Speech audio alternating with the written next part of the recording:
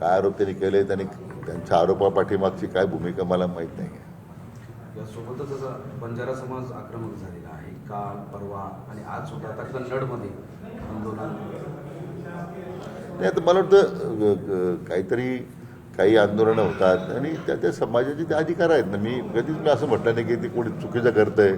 प्रत्येकजण आपल्या आपल्या भूमिकेशी ठाम आहे आणि तो पुढे निघाला आहे. आता जसं आपण या प्रश्नामध्ये काही मार्ग निघाला, त्यांच्या प्रश्नामध्ये काही मार्ग निघेल. त्यामुळं कोणता समाज आंदोलन करतो म्हणून त्याला विनाकारण विरोध करणं म्हणजे हे काही माझं व्यक्तिगत मत आहे. मला ते अभिप्रेत नाही आहे. या विषयावर जास्त चर्चा होते की मराठा आणि ओबीसी यांच्यामध्ये सातत्याने वाद सुरू आहे, त्याच्यामुळे वातावरण कलुषित होते असं सांगितलं जात आहे. जरंगे पाटील सुद्धा म्हणले की ओबीसी जर आपल्याला विरोध करत असतील तर त्यांच्या नेत्यांना पाडा. भुजबळ म्हणले की मराठा नेत्यांना पाडा वगैरे. ह्याच्यामुळे हा वाद विकोपाला जात आहे. त्याच्याबद्दल काय सांगणार तुमचं? दोन्ही समाजाच्या नेत्यांना माझी एवढी विनंती का तर थोडी शांतता राखली पाहिजे. कारण काही सरकारची भूमिका जी स्पष्ट आहे पहिल्यापासून की ओबीसीमध्ये ओबीसी आरक्षण आपण धक्का लावणार नाही. त्या ओबीसीच्या नेत्यांनी विनाकारण अस्वस्थ व्हायचं कारण नाही आहे.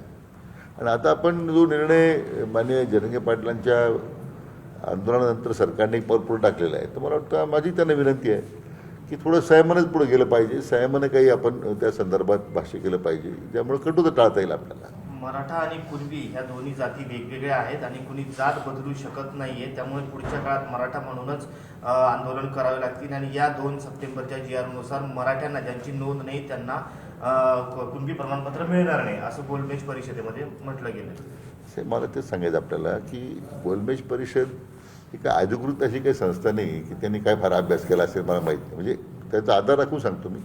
त्यांच्याबद्दल मला दुराग्रह काही नाही आहे, पण शेवटी त्यांच्याशी मी चर्चा करेन ना. त्यांचे एक आक्षेप आहे, त्यांचं काही त्याच्यामध्ये कोणत्या गोष्टीमध्ये त्यांना विसंगती वाटते.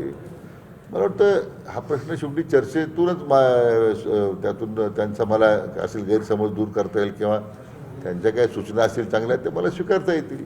त्यांना आव्हान कराल का भेटण्यासाठी? तुम्हाला येऊन भेटण्यासाठी त्यांना आव्हान कराल का? मला तर काही कोणी निवेदन दिलेलं नाही आहे, मला कोणी भेटलेलं नाही आहे. जर मला तशी विनंती आली तर निश्चित काही चर्चा करू आपण. Thank you sir. थँक्यू.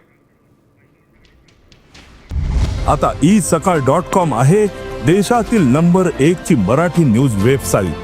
प्रत्येक अपडेटसाठी isakal.com ला नक्की भेट द्या.